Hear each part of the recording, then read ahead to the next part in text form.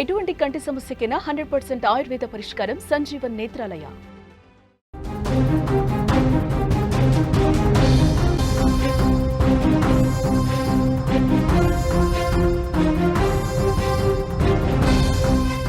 నోరు తెరిస్తే టారిఫ్లంటూ ప్రపంచాన్ని వణికించిన డొనాల్డ్ ట్రంప్ ఒక గుడ్ న్యూస్ చెప్పారు. ఆయన నోట్లోంచి ఈ మధ్యలో గుడ్ న్యూస్ని ఎక్స్పెక్ట్ చేయడమే కష్టమవుతున్న తరుణంలో ప్రపంచానికి ఒక బంగారం లాంటి మాట చెప్పారు డొనాల్డ్ ట్రంప్.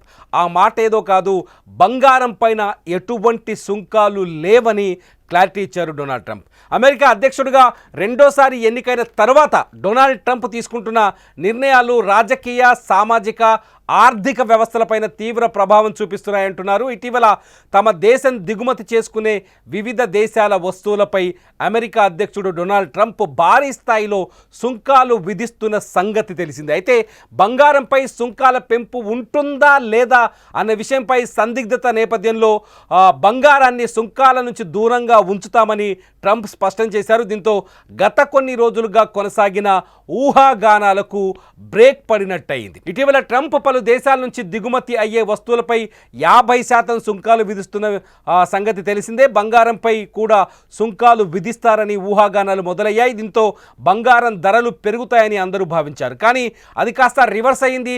బంగారంపై ఎటువంటి సుంకం ఉండదంటూ ట్రంప్ స్వయంగా ఓ పోస్టును షేర్ చేయడం ద్వారా అన్ని పుకార్లకు ఫుల్ స్టాప్ పడింది. బంగారంపై సుంకాలు లేవని ప్రకటించిన వెంటనే ఔన్స్పై బంగారం ధర $50 తగ్గింది.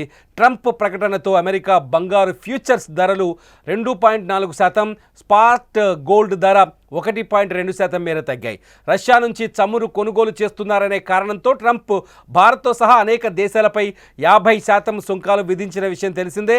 టారిఫ్ల విషయంలో ట్రంప్ తీసుకుంటున్న నిర్ణయంతో భారత్, రష్యా, బ్రెజిల్ వంటి దేశాల్లో వాణిజ్యపరమైన ఉద్రిక్తత నెలకొంది. ఈ క్రమంలోనే ట్రంప్ వెనక్కి తగ్గి ఈ నిర్ణయం తీసుకున్నట్టు తెలుస్తోంది. బంగారం అంటే ఒక భరోసాగా భావిస్తుంటారు. సుంకాల భయం ఉన్నప్పుడు దీని డిమాండ్ పెరుగుతుంది. ఇప్పుడు ట్రంప్ సుంకాలు లేవని చెప్పడంతో ఇన్వెస్టర్స్లో ఆ భయాలు తగ్గిపోయి బంగారం కొనేందుకు ఇష్టపడతారు. బంగారం ధరలు ఇప్పటికీ హై లెవెల్స్లో ఉన్నాయి. ఆ బంగారం ఎప్పుడు లాంగ్ టర్మ్ ఇన్వెస్ట్మెంట్ కోసం ఉపయోగపడుతుంది. అయితే భవిష్యత్తులో బంగారం ధరలు భారీగా తగ్గే అవకాశం ఉంటుందని ఆర్థిక రంగ నిపుణులు చెబుతున్నారు.